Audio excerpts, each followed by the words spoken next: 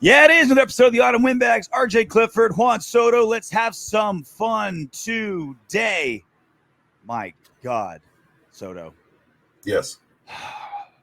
So glad we're not playing the Bears next season. The wow. Bears, some teams like to reload. Other teams start stockpiling nukes. And that's what the Bears did. We had our chance. We had a nuclear silo on our roster. And we let him go. We had a under 20 Pam Anderson prime before she hit it big. We had it. We had perfection. Before the HEP. Before Tommy Lee got in there. Yeah. Season 3 of Baywatch. Oh, even before Baywatch, when she was doing that crappy Canadian beer ad. Back when she was in Home Improvement. Remember she was like the Tool Time girl early on? Yeah, she was the first season. How about before that, when she was on an episode of Married with Children? You haven't seen that one? That's some good trivia. She was one of like the dream girls. He was having a dream, and they were like, her and some other chick were like pillow fighting or something like that. She's like 20. Oh my God. That's what we had. That's what we had until Nathan Peterman was ripped from the silver and black and signed by the Chicago Bears. Ripped from my loins. That was we talked last time about what's John Gruden's legacy. Top 5, making Nathan Peterman a millionaire. He was just like hell bent on keeping Nathan Peterman around. And Josh McDaniels and company. That was like the first. I swear that's the first thing they did when they got there. They're like, all right, let's change the nameplate on the door. Can I get my keys? Let me get the passwords. And can you give me Nathan Peterman's agent's number? I got to do this right away. We got to cut this guy. Nathan Peterman. Hey, is this phone working? Okay, great. Get Nathan Peterman on the line for me, please. Yeah. Nathan Peterman signed to the Bears. And, of course, the memes have just been fantastic. The king of the NFC North and some old head named Aaron Rodgers. It's Peterman and Rodgers. So sweet. The Chicago Bears tweeted out, we have signed Nathan Peterman to a 1-year contract. Peterman fans subtweeted, correction, Nathan Peterman signed the Bears to a 1-year contract. Yeah. Michael Jordan is now the second greatest Chicago sports player of all time. Nathan Peterman, hands down. And if you don't like it, bite me. It just feels right. Nathan Peterman going to a franchise where all quarterback careers go to die. Pretty much, yeah. It makes sense because literally only he can drag the Bears out of their quarterback purgatory. It's like reverse, like until Perriman came around, the Raiders is where you went if you were a linebacker for your career to die. Mm-hmm. It was like and that's what the Bears do to quarterbacks. What we do to linebackers or did is what the Bears do to quarterbacks until now. It's like an immovable object meets an unstoppable force, right? Perriman's greatness something's got to give. Is meeting the black hole that is the Bears quarterback room. Something crazy's got to happen. I see. It's not going to be an injury. It's not going to be like he had a bad half or anything like that. Nathan Peterman is going to just straight up beat Justin Fields for the job. Yep. Like, I know you wasted a first-round pick on this kid. Don't worry about it. I'll take you to the promised land. Remember when he was the starter of the Bills, like over Josh Allen? Like that was like a debate. Who do we play? Nathan Peterman or Josh Allen? That was a thing. That was like a Bills Mafia discussion for a period of time. Well, Peterman had a rough half, but the fuck out of here. Who's going to play all of our snaps in the preseason now? That's what I'm curious. That's what I'm worried about. No Nathan Peterman. Really, right? No Mariota, no Peterman. So sad. Carr's going to throw shit in the first off, look, we're not going to run anything in the preseason. Yeah. That's a Belichick disciple thing. Any Belichick disciple coach, offense and defense is nothing like what they're going to be in the regular season. They had fucking Cam Newton fucking flinging that thing around all figured of the preseason. And Graham's going to have us out in like a 5-2 front. Yeah, right. 3 safeties, no corners. On these mothers. Oh, can't wait. So good. This is the first time in a long time I'm genuinely intrigued by the Raiders preseason. Like genuinely intrigued by what we're going to see. Well, because the thing is, it's like when the Gruden came in, we weren't really intrigued with what the fucking offense was going to look like because we knew what the offense was going to look like. Yeah. He told you for fucking 10 years what his offense was. This is what it is. Choice route here, choice route here. This guy runs down the seam. And, we got maybe a little play action. The guy freaking leak it off after the freaking chip or something like that. Yeah. That's just what it is. That's what he runs. And now it's like, okay, McDaniels is a little different.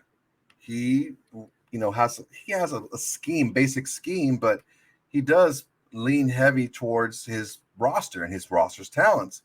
Graham does the same thing defensively. Are they going to implement any of that stuff? Maybe some very basic sets and nothing, no wrinkles in the preseason. We'll see, but it's definitely going to be different. So that's a great segue because that's where we're you. going to figure out who's making the squad. And we got a lot of new guys, new faces, young guys. So the question of the day, and it'll be down there in the comment section. Leave your comment. Curious what you say, what you think. Check it out. We'll pin it at the top. Which position group are you expecting the most out of? And we chose the wording very closely. Like we were debating exactly how do we want to word this because if we say which position we are master debaters. We are, and we're not strangers. So we were kind of debating masterfully. Is it okay? Which position group do we have the most hope for? That's very different than which the position group you expect the most out of. And that's also very different from what position group has the highest expectations, right? Like this is a very specific way to put it. Which position group are you expecting the most out of? And you can be, you can say D-line or you can say interior defensive line. You can say DBs or you can just say corners. Leave it up to you, right? Interior O-line, the entire O-line, right? All these things are up to you. So that's the question of the day. Let us know what you think. Which position group are you expecting the most out of? So what say you, JR? When we go first? Okay. Yeah. It's a toss-up for me. Okay. Toss up. Toss away. Either pass catchers or D-line. I like you didn't say wide receivers. Yeah, because, Waller is technically a tight end, but he rarely lines up in line. So he's more of a wide receiver than anything. So that's why I said pass catchers. Okay. Simply because I looked at some tape of Tom Brady's last season with the Patriots, and they threw a lot to like running backs and tight ends late, and they were wide open. Like he schemed these guys open, like it was crazy. And it was Tom Brady, and it was defenses reacting to Tom Brady with their eyes and his pump fakes and stuff. But he can scheme guys open, and when they're open, they get big chunks of yardage. So that's why the pass catchers, the defensive line, I like who we picked up on the interior. I like the new scheme that we have.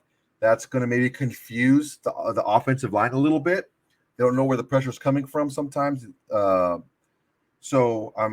just Jones and Crosby are beasts. So if I had to pick one, I would probably say pass catchers though.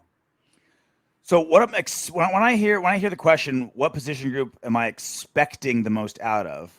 That to me sounds almost like the dad talking about his son that's on the dad's the coach and his son's on the team.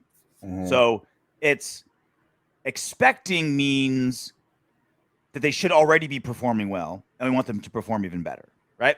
So if the question was which position am I have the most hope for, hoping, I'd say O-line. I'm hoping the O-line can jive and that the confidence that it seems like Mick Ziegler has given them to more or less sort of as we expect now hasn't drastically changed. They've only brought in third, fourth rounders and undrafted free agents against them. So they're obviously not, they didn't bring in heavy artillery to change.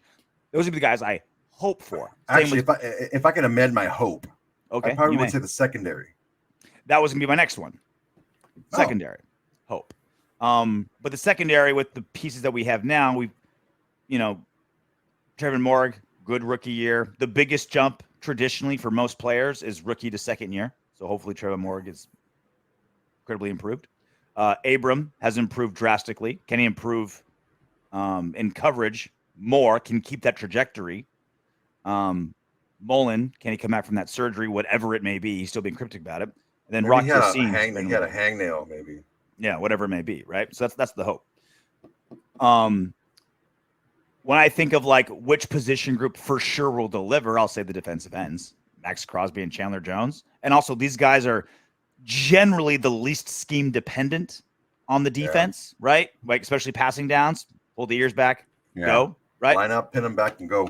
Right. Now there's no position that is entirely scheme independent, but these two guys more or less are. The can they jive? Can they embrace the system? Generally, they have the easiest job doing that. They'll be just fine. Be you guys, just be you, right? Do you, boo? So expecting the most out of with this very specific terminology, quarterbacks. I'm gonna say quarterback room. Derek Carr, you've got your boy Devontae Adams, Pro Bowler slot guy.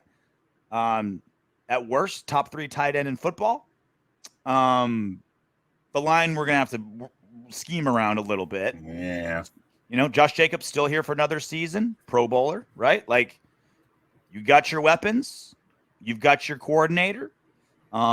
You've proven that you can carry a team when necessary. You've also proven you can bury the team at times.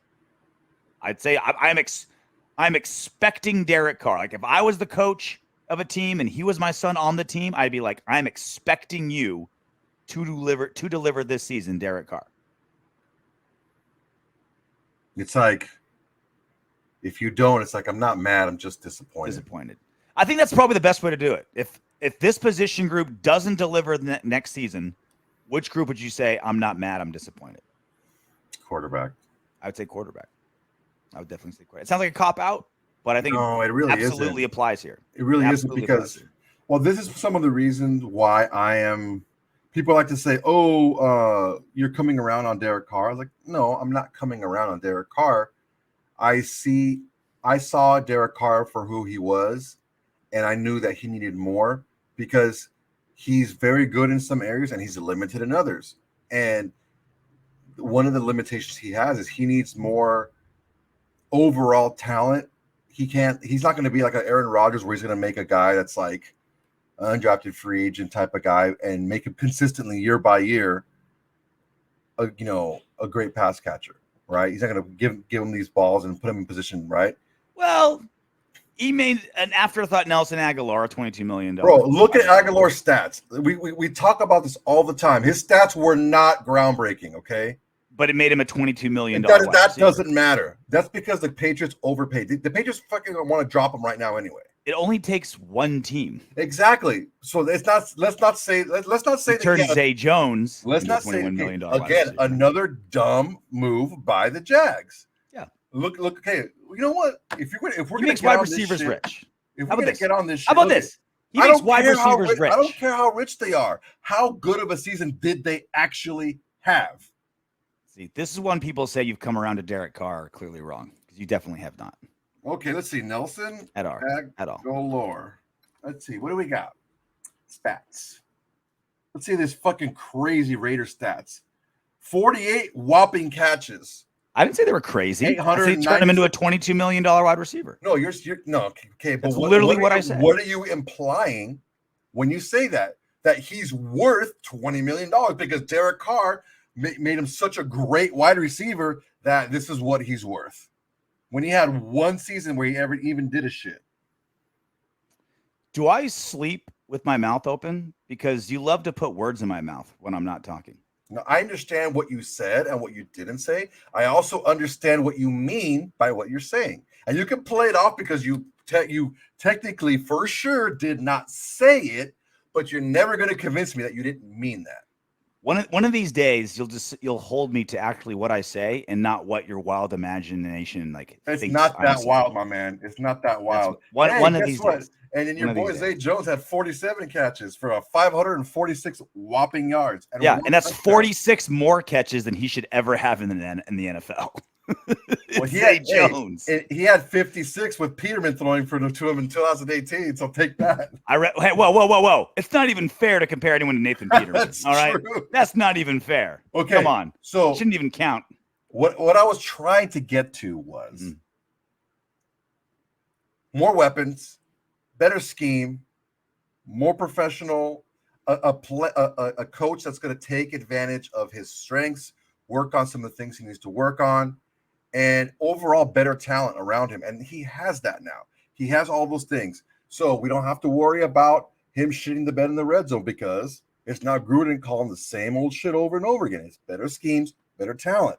We're not going to have to worry about these up and down games and, losing games in second halves because he's just not doing anything or he's getting fooled by defenses. We have better schemes that go against specific defenses. We don't just have a guy picking plays from a playbook because, let's dust off this shit from fucking 1997. Better schemes, better talent. Expect more from the quarterback. What position group are you expecting the most out of? Question of the day, down there, pinned. Let us know. We got a lot more out of that than I thought. I thought it was going to be a really quick segment. Well, again, you started trying to read my mind as opposed to actually listening to what I say. That's what happens. God damn it. So the big story this week, because there can't be a Raiders offseason without some sort of front office drama. Dan Ventrelle, acting interim, sort of, kind of president of the Raiders, was fired on Friday. And then he released a statement this week saying that the reason he got fired was because Mark Davis. He said he went to Mark Davis and said, I am unhappy with how the females in this organization are being treated. And he said, what was his exact verbiage? When Mark was confronted about these issues, he was dismissive and did not demonstrate the warranted level of concern. So he wasn't angry enough for Ventrelle's liking. And then he snitched on the Raiders to the NFL, and he says that's why he was fired. So this, of course, coming on the heels of less than a year ago when former President Mark Badane resigned, fired, whatever. And that was during an 8-week span in which 4 other top executives all left the team. So in roughly a year's period of time, we've lost not one, but 2 presidents and almost a dozen executives. And for multiple reasons, from multiple directions. And these were almost all decades-long employees of the Raiders. Ventrelle had been there 18 years. Yeah, something is seriously up in Las Vegas. Aguero was the only one who hadn't been there for that long, which is the recently relieved COO or VP of HR, however you want to call it. I think it's been reported either way. Yeah. Well, here's the thing. Last year, it was like, wow, what the hell's going on upstairs in Las Vegas, right? Then we find out that those guys are just being a bunch of idiots and they didn't pay their taxes properly for years. Mm-hmm. So, okay, I get that. Now we understand why all those guys, moved on. That's a fireable offense. Yeah. Costing millions of dollars. Listen, guys, you guys fucked up not once, but for years. Mm-hmm. They screwed up. Okay, guys, you guys got to go. Either you're too stupid or you just didn't care. One of the two. Either way, you're out. What was that line from Casino? Either you're in on it or you're too stupid to catch it. Either way, you're out. Either way, you're out. One of those. Yeah. Never mind the sir. Never mind the sir. Okay, so now the whole last year, the Badane and his crew, that is like a non-issue now because we know exactly why those guys are gone. Yeah. Okay. All right. This screams like horseshit to me. Because look, walk with me here. Walk with me. Okay. Talk with me. The fact that Mark Davis made it a point in his answer to the Las Vegas Review Journal to make sure that everyone knew he was always only the interim president. He was never literally the only thing in his statement that was anything. He's like, I have no comment except this motherfucker. Anyway, so okay, it's because he emphasized that one can gather that Ventrelle was probably told he wasn't going to be the full-blown president. All right. By the wording of Ventrelle, he didn't show the warranted level of concern, right? Exactly. Yeah. Okay, so here's the thing. If I come to you and I say some bullshit like, "Oh yeah, bullshit. So-and-so was hooking up with so-and-so. And you're like, that's fucking bullshit, man. I don't fucking believe it. It's not a problem because I don't believe it. Or it's an issue you're trying to freaking drum up. Okay. That can be not a warranted love. But if Mark Davis knows this bullshit, why is he going to like give that rumor or bullshit any legs? So if you put that stuff together by the wording, I don't know, man. I just feel like it just seems like just a bunch of horse shit. What I think happened was with Aguayo quitting Tuesday night, probably saw the writing on the wall because this dude was in his last position with a company in Las Vegas for like 25 something years, like 24 years. Mm-hmm. He's been a long time employee somewhere else. He comes to the Raiders. He's there for less than like a half a year, 7 months. He bounces. Okay, let's just say, for example, with the timing, he bounces Wednesday. Mark Davis tells Ventrelle, okay, we're not going to, remove the interim title from the presidency. We're going to move it a different direction. You're going to still be one of your counsel or whatever, right? He gets pissed. He tells Mark Davis, well, what about this? You didn't do anything about this. Mark Davis goes, you know what? Fuck you. That's bullshit. You're just trying to drum up some shit. Yeah. Thursday comes along. He drops the dime to the NFL. Friday, Mark Davis finds out that this bitch has been talking shit, and he fucking cans him. It just all lines up. So, as we all know, the NFL wants someone else to be the owner of the Raiders, not Mark Davis. Someone they can control. Well, someone they can control, not a wild card. Mark, and technically it's Mark and his mother, Carol Davis, which that's an important distinction, which we'll get to here in a second. Mm-hmm. They want not a wild card. They want a guy that gets in line. I'm the wild card. But two, he's like the poorest owner in football. They want like the Rams. They want like the Commanders. They want bajillionaire owners bringing more bajillions to the NFL, right? While Mark Davis is getting rich off the NFL wants owners that make the NFL more rich. And obviously all the owners none of them are hurting for money, right? They're doing fine. No, sir. But Mark Davis is like the full-on ma and pa owner as opposed to these self-made bajillionaires that own all the other franchises. That's who they want. They want guys who know how to run billion-dollar businesses. Or the Raiders, and I've been saying it for as long as it's been a podcast, it's a ma and pa show. It's guys that like started out, it was like the American dream of the 1950s, right? You start out like, pumping gas at a gas station. If you work hard in 20 years, you'll be the regional manager, right? That's what the Raiders are. Guys that started there being drivers are now becoming presidents of the organization. It's like, nuts. Yeah, I was on cleanup duty too. Now you see, now I'm washing lettuce. Now you're getting up there, right? Year two, excuse me. A year two, goddamn. Jesus. A year or two, I'll be on the fries. Bullshit. Yeah, exactly. Flipping burgers, and that's when the big bucks start rolling in. And that's the Raiders, right? And so I don't think they don't like that. And honestly, I love the loyalty that the Raiders have with their people, right? That's awesome. But you also want give me a Harvard MBA mixed in there. You know what I mean? Which I think was what's happening. It's what's happening, but it's not happening on purpose. It's happening because all these guys are getting canned. We don't know that. We don't know that Mark Davis is finally seeing the light with all the money, the influx of money. Like he's just freaking just like raking cash in now. And he's like, okay, wait a second. I need real legit dudes to handle this shit. I can't have fucking Zeke and all these other fools out here that's been have the job because they've been here forever. I need like real legit guys running this operation. Tom from equipment is now the CFO.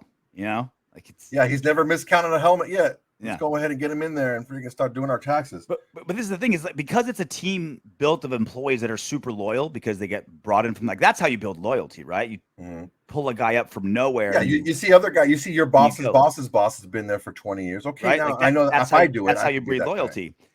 And so when you got Ventrelle going behind Mark Davis's back and snitching to the NFL, who we all know already has it out for the Raiders and Mark Davis, look no further than what they did to John Gruden less than a year ago.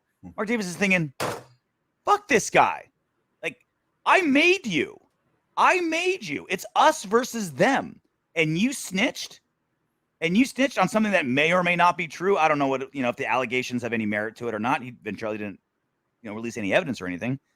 But if I'm Mark Davis, that's what I'm thinking. Like, this is a team of loyalty. I made all you guys. You guys aren't mercenaries. You guys were forged here. Dude, under my dad, under me, and you go and snitch, beat it. If anyone in the organization would know just how much the NFL hates the Raiders, it's somebody in their legal counsel area. Yeah. And that's what Ventrelle was before he became acting interim president. So he knows all the horseshit that the Raiders have gone through. He knows it. He knows it firsthand because he's had to deal with it. And then to go run because he's freaking butthurt that they don't want to use him for the president, assuming that's what it sounds like by Mark Davis's words. That's what it sounds like. If I want to get really conspiracy theory on this, and I normally don't, I'm the last guy to. I'm like, give me like 3 pieces of evidence, 2 forms of identification, and the person's mom there to identify the body. And then like, okay, now I believe you. Mm-hmm. But this could turn into, because I don't understand why Ventrelle released this statement the way that he did.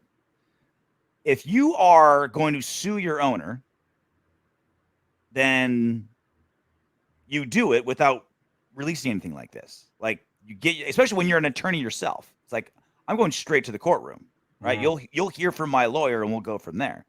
But he made it a point to release this like press release saying everything about Mark Davis and the Raiders and how they didn't jump when he said jump on an issue.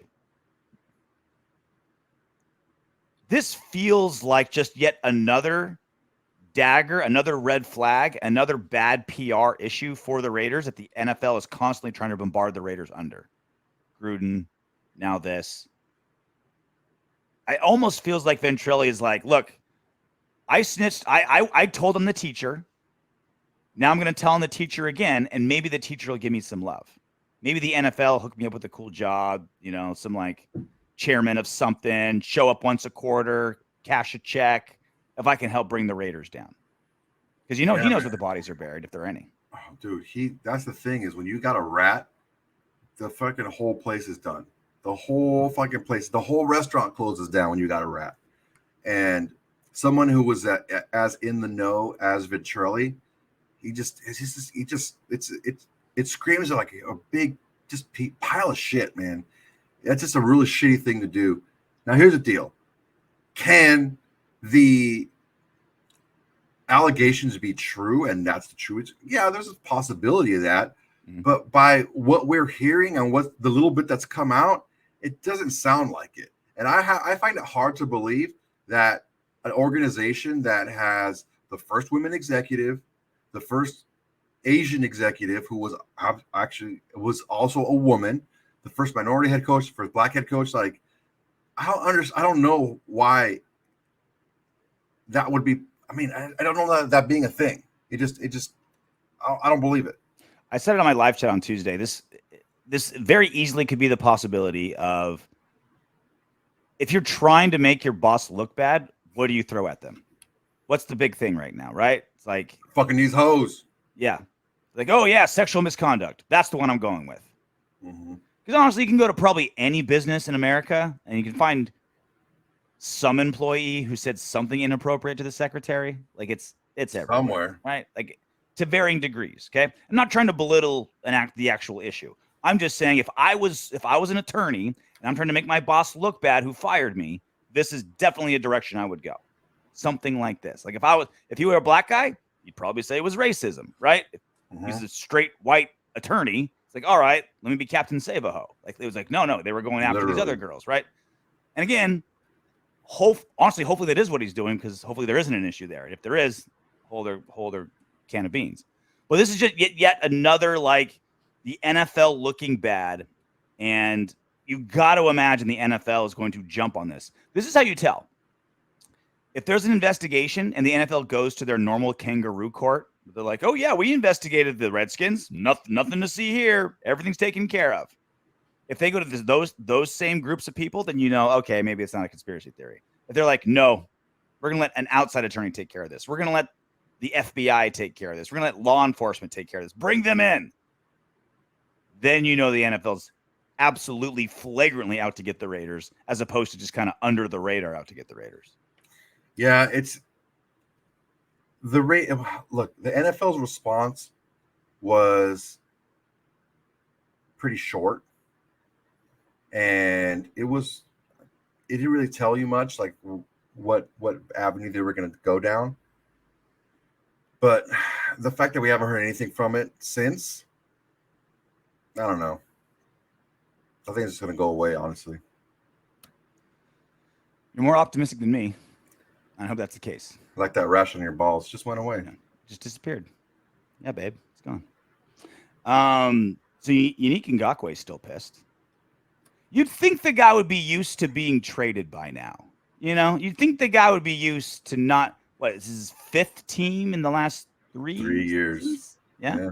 5th team in 3 seasons. 3 in 1 year. And I wonder if he's insulted he got traded for Rock Yassin. Like, nothing against the corner, but like, you got 10 sacks last year, and you got traded for like a guy that's maybe a starter, like barely a starter. You know, I wonder if you feel bad about that. People were talking about that when we signed him. Oh, I'm kind of worried about it. You know, he's been playing for a lot of teams. Like you brought it up in one of the shows. Are you worried about the fact that he's played for so many teams and this and that? I'm like, nah, I'm not worried. And then he played. I'm like, He had like 28 tackles and 10.5 sacks. So less than 30 of his tackles, less than 20 of his tackles were somebody not a quarterback.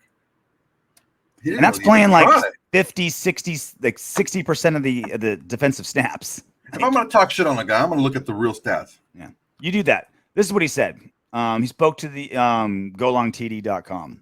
His exact words were, this is Yannick Ngakoue talking about the Raiders. They'll see how I feel when we play them. We go to their house. They'll see why they fucked up. They're going to have to pay. They'll pay. The way I feel right now, if you're in my way, I would be afraid. Yeah, unless you're a running back or a receiver or a tight end. I mean, did Khalil Mack ever say anything like this? Did Amari Cooper ever say anything? No, because Khalil Mack got pissed by the Bears. Right. That's why. But this was just weird. Like it feels like, because I think what happened was that he was sick of being traded, sick of getting moved around, and he thought he found a home. Like he was jiving with Max Crosby. Like they were boys. Seemed like they were, you know, the defense was jiving together. Probably stoked they didn't have to pay any state income tax in Nevada. Beautiful stadium, a team that's on the up and up. You probably thought, all right, finally got a home. We're good. And Ziegler comes in and says, nope, you're off. Listen, man. You're not that good. You got to go. I need someone better. Okay, so for realies now. Okay, for feelsies. So for feelsies. Ngakoue had 28 tackles, 11 assisted, okay, 10 sacks. So take away the assisted and the sack, that's 21. He tackled somebody by himself who was not a quarterback 7 times in 17 games. 7 times in 17 games. Yeah. Where he was not, probably just jumped on a pile that somebody already grabbed a guy or the quarterback. 7 in 17 games. They'll see how I feel when we play them. We go to their house. They'll see why they fucked up. They're going to have to pay. They'll pay. I think we just run in his direction, and Josh Jacobs is going to get 200 yards because, you know, he's not going to tackle anybody that's not, taking a 5-step drop. Toss it to Yannick. Toss to Yannick. Colton Miller is going to ragdoll him. I hope they put him on the right side against our left side and have Colton Miller just toy with him for 4 quarters. I mean, he's still good, right? Like he can get to the quarterback. Like he'll cut that angle. He's got some speed. Well, he got to the quarterback 10 times in 7 games. He did what he was. Well, I mean, look, I'm not going to say that because he was like top 3 in pressures in the NFL. Like he was really good at getting pressure. Yeah, I get that. Okay, I'm not going to disparage him in that sense. The issue that I have is he didn't show any heart whatsoever when he was blocked initially. When his first move didn't work, he was done. Yeah, he was done. He bailed in the play. You know, a lot of Max Crosby's tackles were where he ran the play third, from behind. 4th, 5th, 6th effort. Yeah, and you know he's just as fast, if not faster, than Max Crosby. powerful upper body. He can get around these guys. Mm-hmm. Dude, it's just effort. At that point, it was just effort. Trailing the play, chasing the play down. And that's just when some people were not so hyped about that, the signing of Yannick, and then we go ahead and like see him play. Oh, great. The sacks are great because, he got a sack. Great. Awesome. Oh, he's pressuring the quarterback. Great. And then we're seeing all these plays where he's like that one play where he was laying on the ground and like the offensive tackle was just like basically just touching him, like holding him on the ground. He just laid there. Mm-hmm. Like, oh, yeah, I'm good. You don't have to block me. I'm not going to get up. Yeah. Terrible. When you have a ton of ex-girlfriends, you really don't hold grudges. Like if you married your high school sweetheart and you found out she was cheating on you like 11 years into your marriage, then you're like, all right, all these bitches I could have been. I got a vendetta against this bitch, right? When you got a new girlfriend every 6 months for 10 years, you really, guys that we know like that, they don't hold a lot of grudges against ex-girlfriends when they've got 50 of them. You know what I mean? You really don't. Yannick Ngakoue has been on so many teams, again, 5 in the last 3 years. You'd think that being traded would just be like a Tuesday for him. Something is up. Man. Either the Raiders did something dirty to him that we don't know about, or he really truly felt that he was home and he felt betrayed that he didn't get kept around. I don't know, man. Something unique is happening. I think honestly, Unique. I think the issue that happened is he felt like, okay, I'm going to be here for another couple of years. I said a 2-year guarantee and have a 3rd-year option. I'm good. I'll be fine. I'm gonna plant roots in this team, and then you get an objective look at the player. I just did a quick little scan of his stats, and I'm like, this guy didn't fucking do shit. Yeah, great. He got 10 sacks. That's awesome. But when he wasn't getting sacks, he wasn't helping the team any. In all fairness to him, that's all kind of what he was brought in to do, right? We had like the most abysmal sack, for sure, quarterback pressure and sack team 2 seasons ago. It's like, all right, let's just get a guy that's going to get to the quarterback, and we did, right? High pressures, 10 sacks, that was it. But now Gus Bradley's not here anymore, right? And you'd think he'd be stoked to go back to Gus Bradley. Like he seemed to he was able to be Yannick Ngakoue under Gus Bradley. Yeah, Gus Bradley didn't give a shit that he didn't freaking try against the run. Give up on run plays. Give up after your first move. I don't care. Just give me some pressures. Give me double-digit sacks. And so you'd think he'd be happy. He's going to a team with 7 Pro Bowlers. DeForest Buckner on the other side. I think he'd be all right. Like, you'd think he'd be happy. You'd think he'd be like, cool. All right, I'm getting traded again, but I keep getting traded up. I keep getting traded into better situations, right? He's going Vikings, Ravens, Raiders playoff team, Colts, all the makings of a playoff team. They didn't go last season, but it's against 7 Pro Bowlers until they fell apart against Jacksonville last season. Crazy. Like, you'd think you'd be stoked. Like, if I was signed to the Colts, I'd be like, hell yeah. Weird. It's just weird that he's so pissed. Weird. Something's up with it. It's like in that show, Silicon Valley. Big Eddie was always like he failing up. He gets failing and he just gets a CEO of this company. Oh, you got $10 million grant. Like, what the fuck happened here? That's unique. The season finale when he's like talking to a girl, she's like, this girl's like, yeah, I'm a student at Stanford. He's like, yeah, I work at Stanford. I'm the president. That was like the best way to just like write off Big Head in the season finale. It's like, yeah, I just became president of Stanford or whatever it's called, chancellor. Chancellor, yeah, it's freaking hilarious. Real quick, the rich sure get richer in this world. Okay. Tom Brady just signed a 10-year deal. Oh, really? 10 years? Wow, I was going to play when he was 53? No. 10-year broadcasting deal with Fox Sports to be their lead analyst when he retires. So they paint it as if, if he retires after next season, it would start, or if he plays 2-3 more years. Whenever he retires, this is when it starts.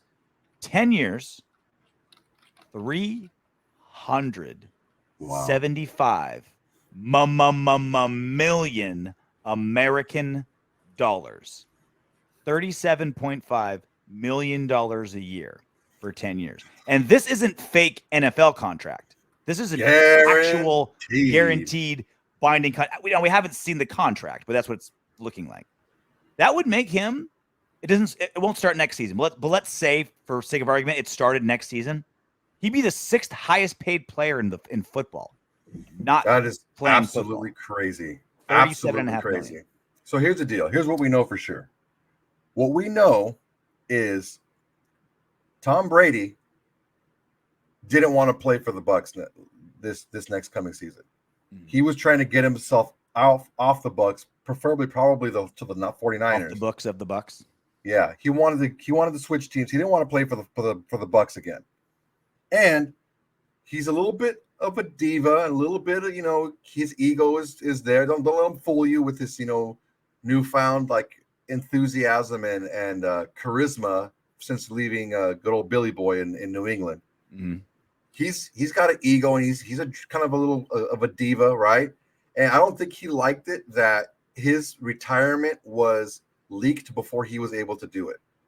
I don't think he liked that. I think he came back just for that, because you know what? You guys stole that moment from me. Now I'm going to make the entire season fucking Tom Brady's last tour. Mm-hmm.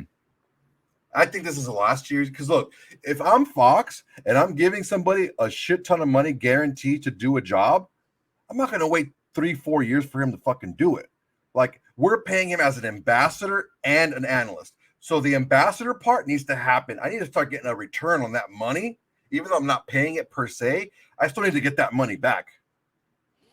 That was what I was going to say. Is I feel like Fox Sports is hiring him as a mascot, but then also having him do color commentary as well, right? Like same thing with Devontae Adams, right? How could we rationalize making Devontae Adams the highest paid wide receiver at the time?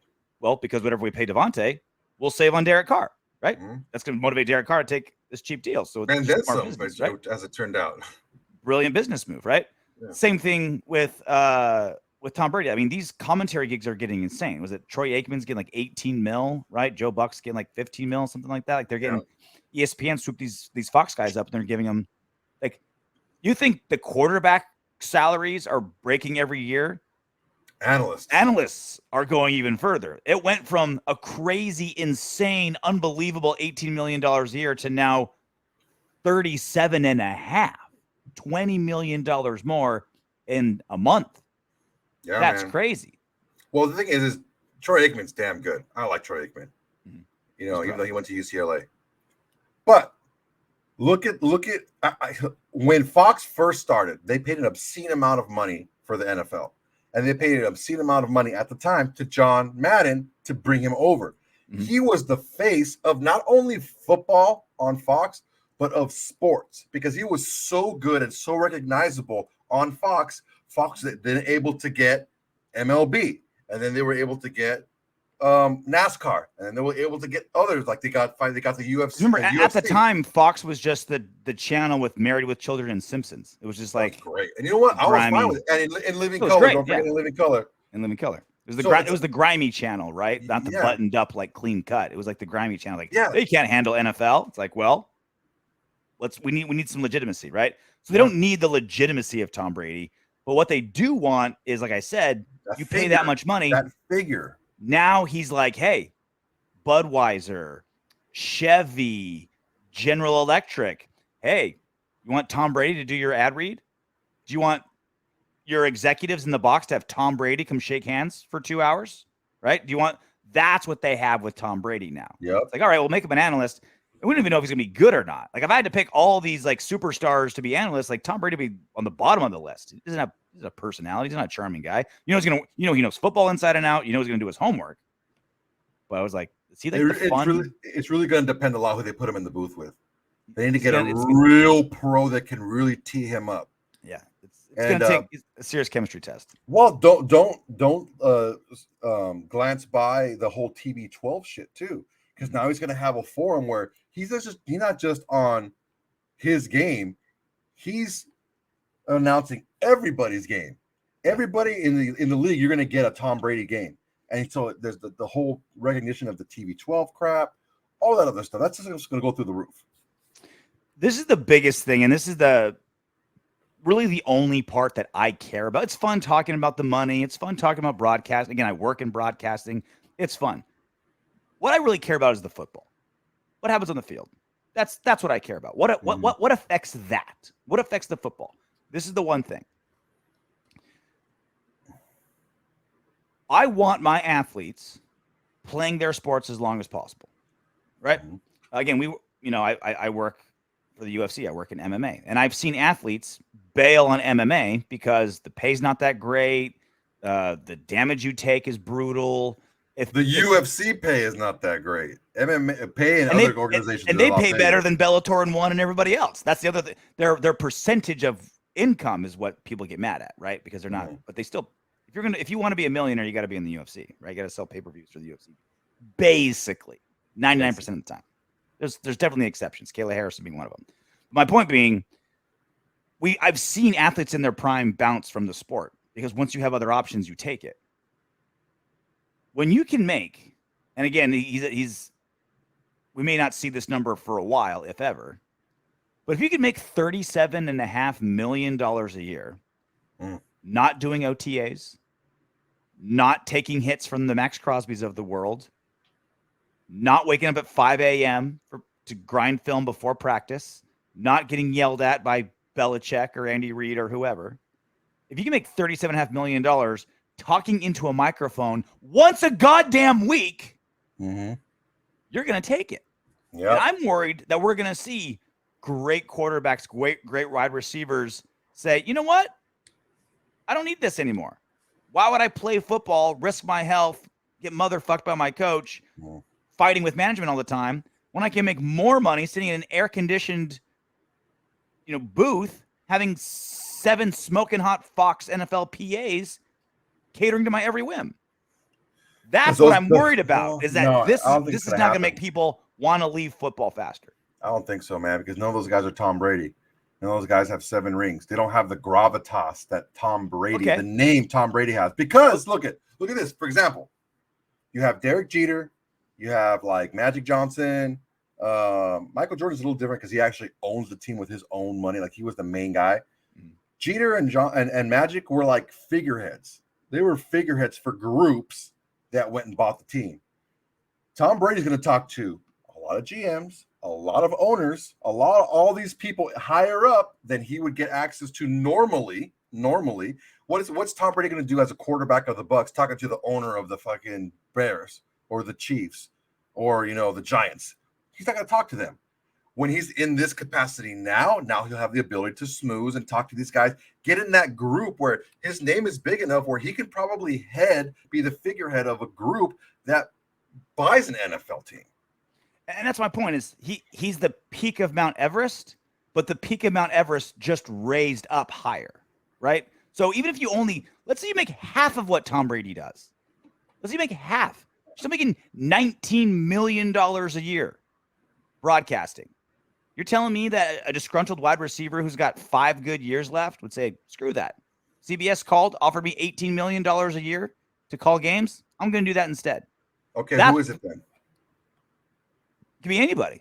No, it can't be anybody because they're not Tom Brady. Or 18. Again, the peak is $38 million now. They're not going to give him nearly that much because the draw for the broadcast is Tom Brady. You have to be that. It's not. Broadcast. No. The broadcast, the ratings do not change regardless of who's broadcasting. I'm not talking about the ratings. I'm talking about why the NFL chose Tom Brady to do it. It's because of his name. Now, mascot. Yeah. Also because of the outside stuff. They're not going to give all that money to freaking to Devontae Adams. As good as Devontae Adams is, they're not going to give him all that money to do it because he's not really that polarized. Like people who aren't huge NFL fans don't know who Devontae Adams is. Sean McVay is going to leave coaching early for the booth. Guaranteed, mark my words. He's built for the booth, right? Smart, intellectual, ladies love. My wife loves Sean McVay, thinks he's a beautiful man. He is going to leave coaching early because he can make more money in the booth for an easier job. Mark my words. It's going to happen. That's the Gruden path already. That's already happened.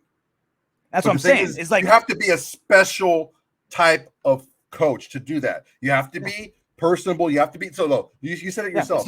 It's not for everybody. Your wife loves him because he's good looking, he's young, he's charismatic, he was a winner, he holds a lot more weight, his words hold more weight. You don't have all that many guys. Like, look, you saw the picture of all the head coaches of the NFL. How many young, strapping, good-looking winners do you see there? There's not that many. Tom Coughlin missed his calling. Tom Coughlin. You got Andy Reid up there, Walrus looking ass. I'm not saying everyone's going to leave their teams. I'm saying now specific players, specific coaches, specific stars, they can make more not playing football. So who's the next one then? I think, well, not player, but coach Sean McVay. 100% Sean McVay is going to leave coaching earlier than he could have to be in the booth. 100%. Okay, so who's to say that he would have been the coach long-term for the Rams specifically anyway?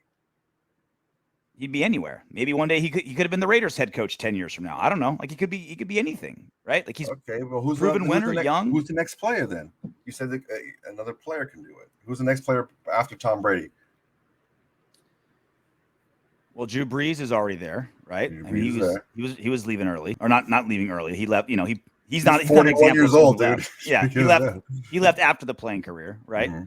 Well, my point is, if you're 27 and you've got a big personality and you've got a name, you have another option. Yeah. And it's gonna happen. I can't give you a name off the top of my head. Well, so here's my issue that I have with that argument. Who is the NFL pushing right now? Who's going to be that guy who's going to be known across platforms? Right? There is none. It was Tom Brady, Peyton Manning. Like now they're still using Peyton Manning. Mm-hmm. They're still using Eli Manning, right? Like you have to be pushed up from the NFL to be that next guy, and they don't push a ton of guys to do that. So it's only going to be one or two guys that are going to get that kind of deal. How about Raiders? Denzel Perryman.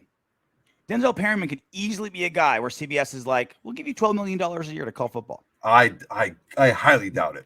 He's such a personality. I highly doubt that. He's not a household name, but he's got such a great gift for gab.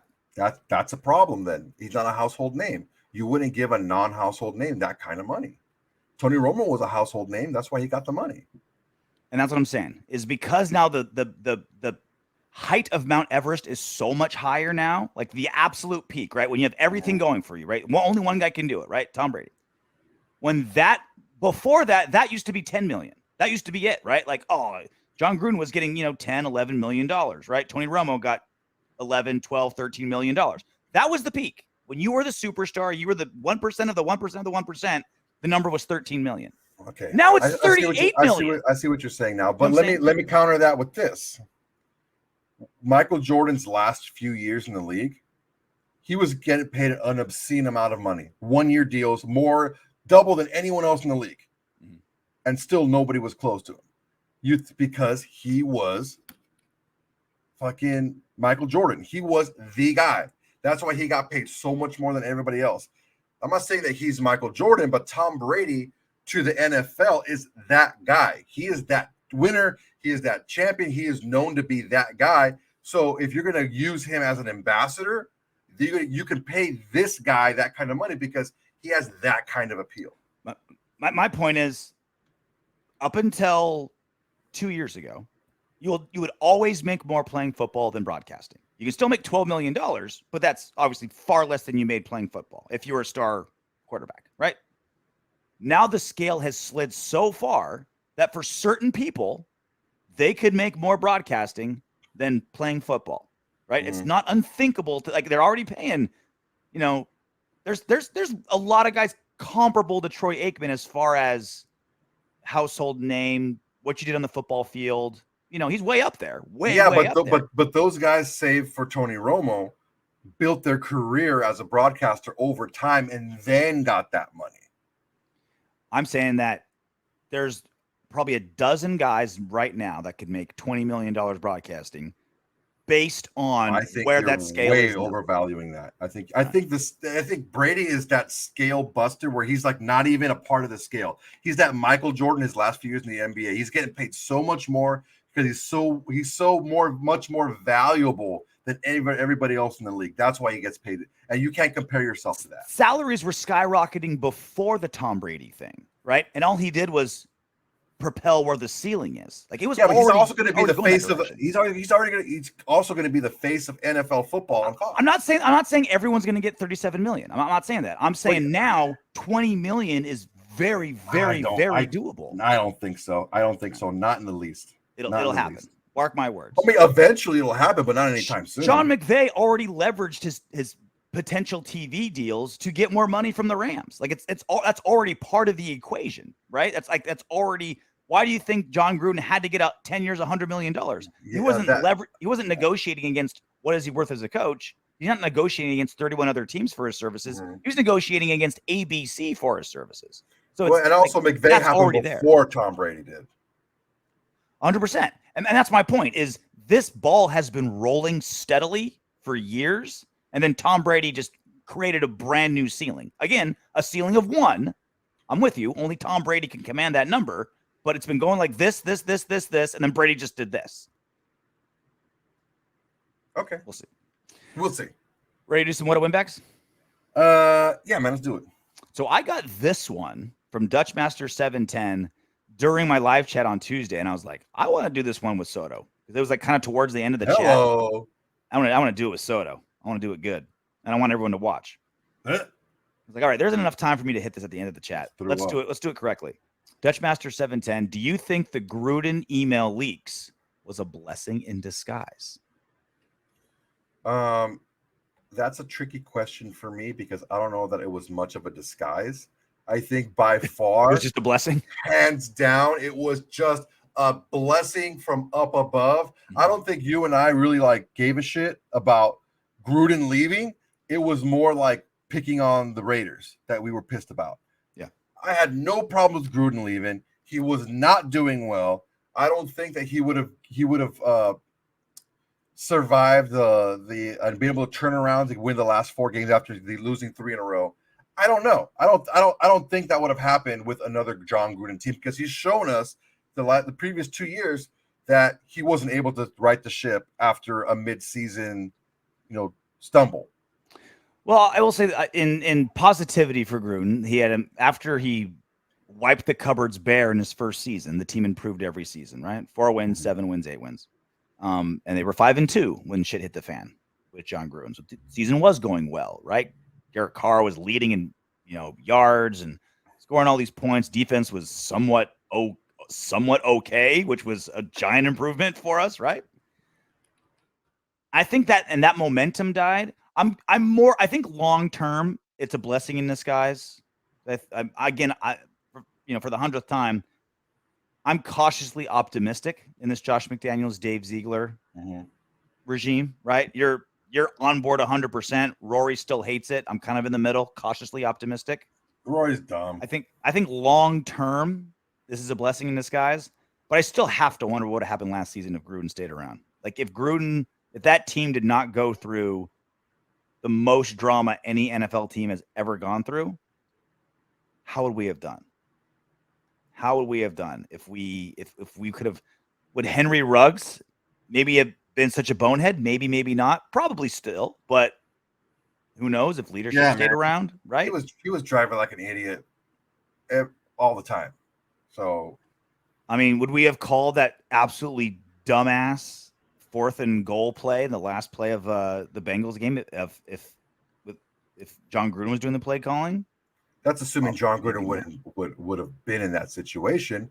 Yeah. But the better question to ask is would John Gruden been able to right the ship after they were 5-5? Would they have gotten to 5-5 if John Gruden was still there? Right? Like these are all giant what ifs that we're just like. All we can look at is what we've seen. That's all. That's the only thing really we can go. But any evidence that we have. Teflon and Agnello. This was from the video of which starters should be worried that a rookie's going to take their job. Denzel Good, Brandon Parker should be worried.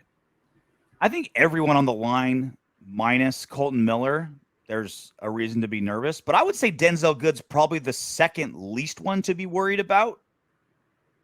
I feel like he's the most established. Like he's the oldest guy, right? What, 31, something like that? Yeah, 30, 31. And he was already just a swing guard anyway. So I feel like Who Denzel knows? Good's like the least established guy to like kind of be worried about, and probably the best guard on the roster, I'd say. Brandon Parker for sure, though.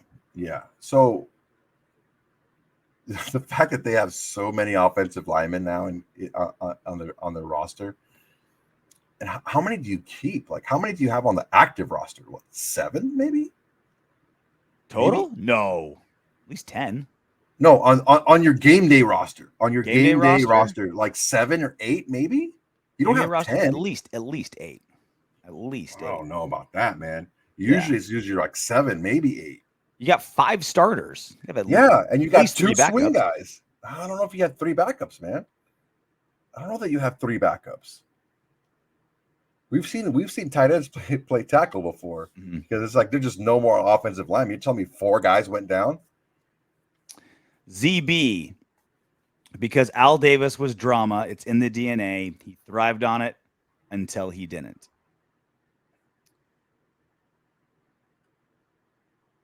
Al Davis was, but it wasn't drama for drama's sake. Like he wasn't like a little. I don't know, man. That whole press conference, the whole Lane Kiffin press conference with the projector, that was drama for drama's sake. But it's always with a goal. Like he's like I have a 2.5-year-old, and she'll throw a tantrum just for the sake of throwing a tantrum, right? Just where's the boundary? What can I get away with, right? Al Davis always had a goal. He would be tough to deal with. That's because he wanted something and you were in his way. And maybe he didn't handle it always correctly. And he took the path of most resistance. Often. But he was taking a path to a destination. True. And I think that's what bred and that's what made good drama, right? Like, again, I keep using the UFC example. Why is the only reality show I've ever really watched The Ultimate Fighter? Because it's the only reality show where there's like a physical fight at the end to deal with the drama. You watch Real Housewives, whatever, and Below Deck and all this trash that my wife watches. And it's just these chicks yelling at each other. Blah, blah, blah, blah, and they leave and cry and they talk to the camera and then it's over. Like there's no resolution, right? Yeah. Al Davis always sought a resolution. Because Al Davis was smart. What he knew that he didn't have to make like some groundbreaking argument for why he was doing what he was doing. He just had to put an argument out there. And some people were going to see what he was doing, either because they believed in him and believed in his argument, or because they just hated whoever he was going against worse than they hated him. Yeah. Miss you, Al. R.I.P. All right, that's it. Episode 101 of the Autumn Windbags. Sexy. 99 more to go until we hit our next groundbreaking number. We'll get there. What, it took us, a year and a half? Another year and a half? No big deal. Until then, knock on wood if you're with me. Congratulations for making it all the way to the end of our video. If you want Darren Waller to catch 20 touchdown passes next season and for Max Crosby to have 30 sacks, go ahead and subscribe and click the next video.